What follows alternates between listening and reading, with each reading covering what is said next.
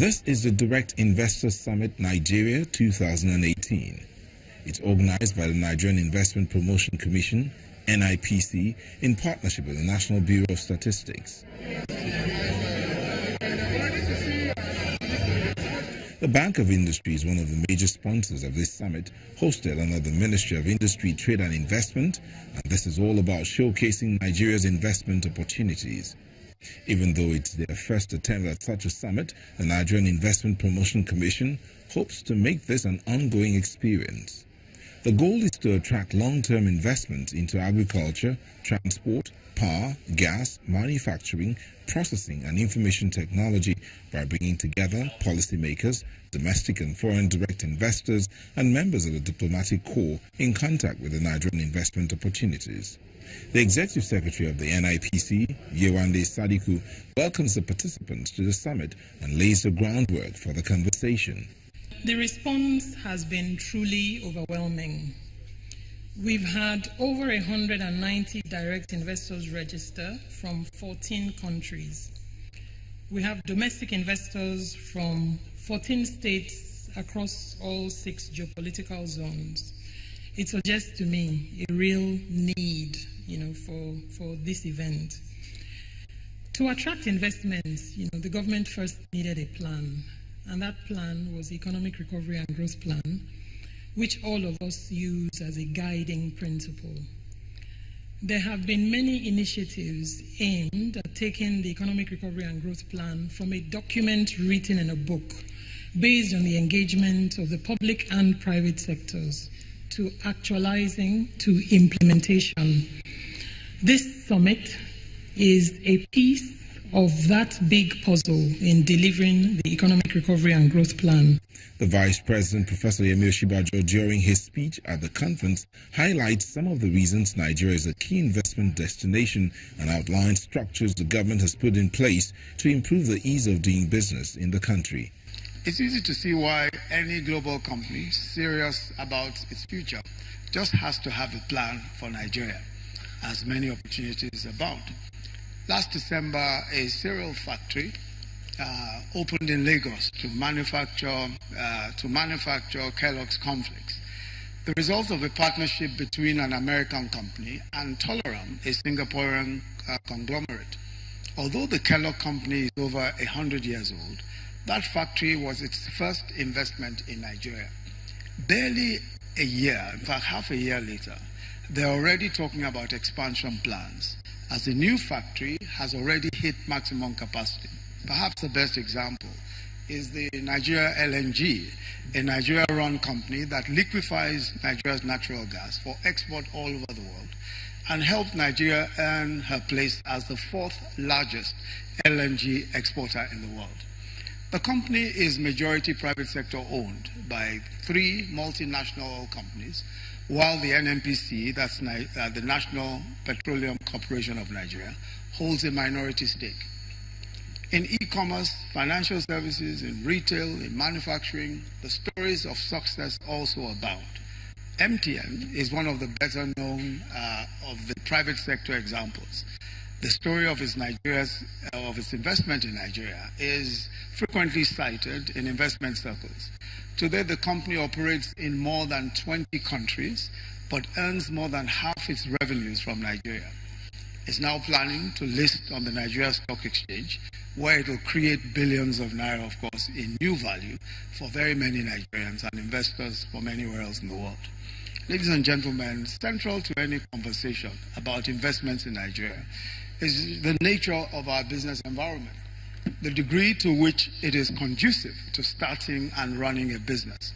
One of our biggest priorities and commitments as a government has been the creation of an enabling business environment, one in which property rights and the rule of law are respected, and in which markets take the lead while government efficiently fulfills its role as a protector and enabler. Since 2016, we've launched a number of efforts in this regard. The most ambitious is the Ease of Doing Business reforms being implemented by the Presidential Enabling Business Environment Council, PEBEC, which I have the honor of chairing. PEBEC has implemented a series of national action plans targeted interventions aimed at dismantling specific bottlenecks around business and property registration, access to finance, payment of taxes, import and export of goods, entry into and exit from Nigeria, and so on. On account of these reforms, the World Bank recognized Nigeria as one of the top 10 most improved economies in the world in 2017, and the IMF cited the business climate reforms. I was saying the IMF also cited our business climate reforms as a major contributor to lifting the economy out of recession last year. We're also actively collaborating with state governments under whose oversight some reform areas like land acquisition, property registration fall.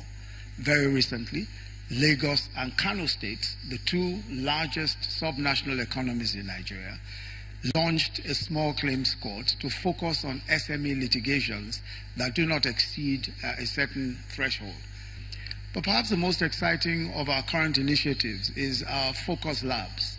The Focus Lab is a process which involves our identifying investment projects that are being held back by bureaucratic bottlenecks and other challenges, and bringing the project owners and the investors together with the relevant senior government officials and regulatory authorities to resolve those challenges. The first phase of the Focus Labs identified $22.5 billion worth of investment projects. About $10 billion worth of those projects, with the potential for over 500,000 jobs by 2020, have been classified as most ready. We have in the last 3 years invested close to $10 billion, an unprecedented sum in infrastructure since 2016, focusing on roads, on power, and on a new national rail network, all of which will help guarantee increased access to markets and reduced operating costs for businesses. It means that you can rest assured that there is a government in place that is committed to doing right by Nigeria and to ensuring that everyone with a stake in Nigeria, and especially those who will be investing and citizens alike, that all of us can succeed, that it is possible to do things properly, it is possible for us to create the right environment, and for our investors to feel confident that government will always have their back when they're investing here, and that things will be done properly. I thank you very much for listening.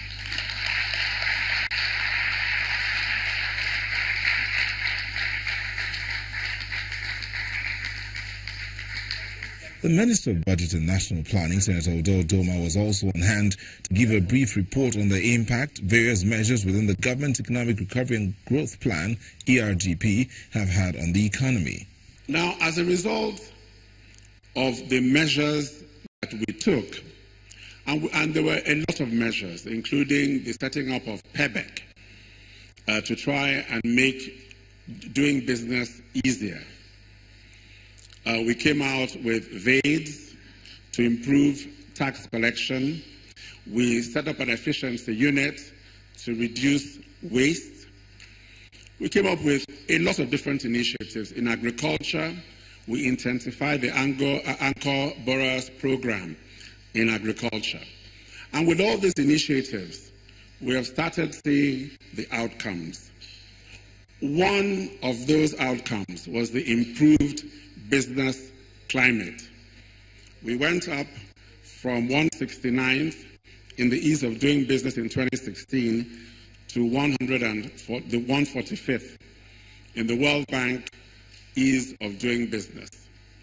And because a lot of the measures that we took were directed at addressing the problems that investors have, problems to do with ease of acquiring land. We worked closely with the states in doing that, because many of these measures had to be done at the state level. The capital inflows, which in 2016, as you can see, the first quarter of 2016 was just $710 million. By the first quarter of 2018, $6.3 billion US. You can see the trend. You can see this is a clear sign that confidence is coming back.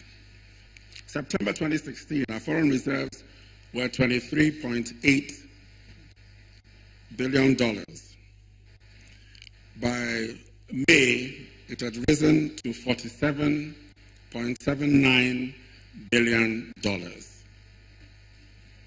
Inflation, which had gone up to 18.72% in January 2017, has been trending down.